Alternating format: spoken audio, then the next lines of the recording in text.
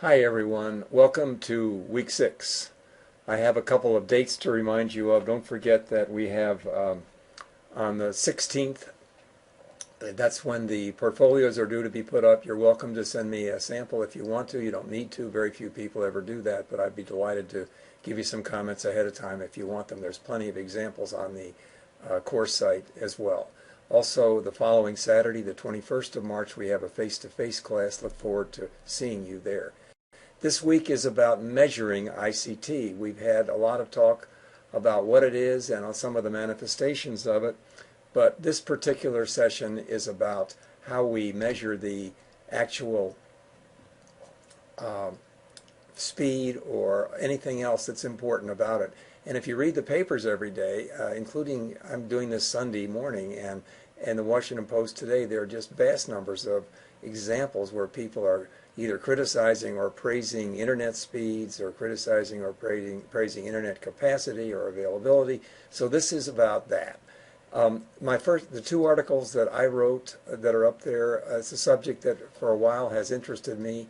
They're both on, one is on green IT and the other one is kind of different. It's what percentage of all the electricity that's used in the world has to do with computer use and ICT use. They're both pretty easy to read, and they both have probably more than you want to know about some of the ways to measure the electrical side of ICT. I will tell you that the statistics indicate that the people who work in ICT are probably more conscious of saving on electricity than almost any other special group. And that's part of that Green IT 3% solution article. So I hope you get a chance to look them over and react to them. But the two that I'm going to feature today, and I'm going to give you two very brief examples from them. One is the MGI Disruptive Technologies Report, some big numbers from now and their predictions for 10 years from now, 2025. And then what I think is the best source you're ever going to get on measurement, it's the ITU, International Telecommunications Union report. It's that next to last item there, Measuring the Information Society 2014. There's two parts of it that I hope you'll find useful. Well, there I think quite a lot more, but one of them is there's an ICT Development Index, the IDI, which is widely used to classify the ICT development in all sorts of countries in the world. And of course, once you have that, and that you've figured out how to do it, then there's quite a few other things you can do with it, estimating the way that ICT develops works globally. And the other one has to do with ICT and income inequality. I think you're going to find that very interesting. It's one of the few places, I think, where you can find those data. And I'm only going to show you a couple of charts, but I hope you'll find them useful. So let's go to those right now. I'm going to start you with the MGI Disruptive Technologies Report. Disruptive technologies, advances that will transform life, business, and the global economy. There are only two charts here I want to show you. This is the first one. This is today, connecting the rate of improvement and reach today. These are some statistics about today, and they're quite substantial already. 230 plus million knowledge workers, 2.7 billion the cost of the Human Genome Project, and the number of miles driven by Google's autonomous cars, 300,000, etc. So those are today's statistics.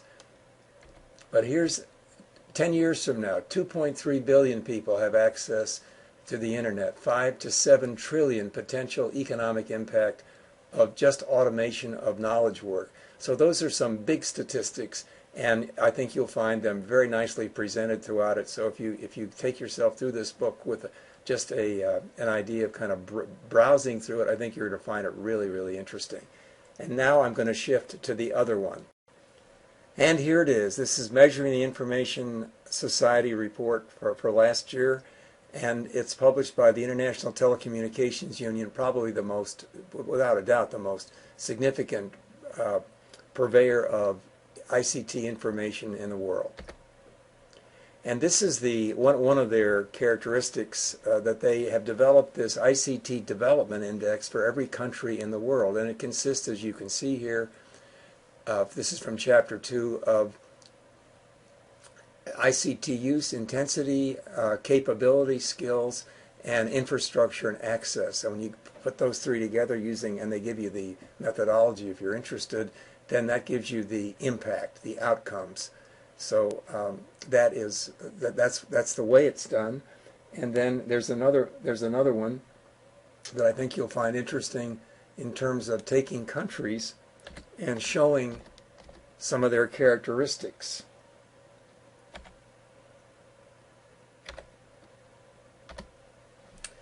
This particular spider chart is one that you see often in this connection. This is a bunch of the B countries and a C and an E, Bhutan, Bolivia, Bosnia-Herzegovina, Burkina Faso, Cape Verde, and Estonia. And what these charts are able to do is, as you can see for Bhutan, for example, to see which of these many, many characteristics that are part of the ICT Development Index, how they do. You can imagine that a highly developed country, that star would be all the way out to the outer edges. But this is a very quick and interesting way, I think, of measuring that sort of thing. So that's the ICT Development Index. The only other part of this that I want to show you, which I think is quite fascinating, has to do with income inequality. And this is one of the many charts in that income inequality. This is the chart that I think you'll find interesting. It basically takes note of the fact that for some people, the amount you pay for broadband service is hardly anything compared to your total amount of income. So this shows the purple part in the upper left-hand corner that you see here. This is the United States, Germany, Ireland, Belgium. Those are countries where the total price for mobile broadband, 500 megabytes per month, is less than 5% of their income. But as you begin to get down to other countries, Malaysia, Chile, as you can see going down the list here, then it gets to be 5%, 10%, etc.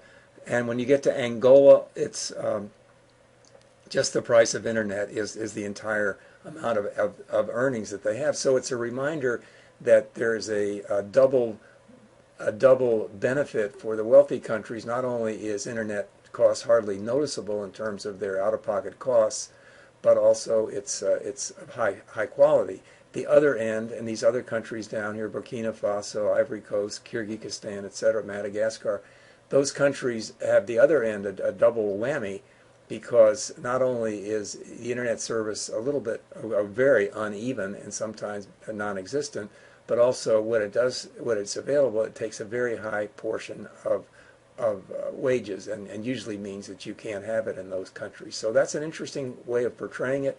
I hope you will find that this particular approach that the ITU uses is interesting and useful, and that this particular source will be one that you can use again in the course, perhaps later on.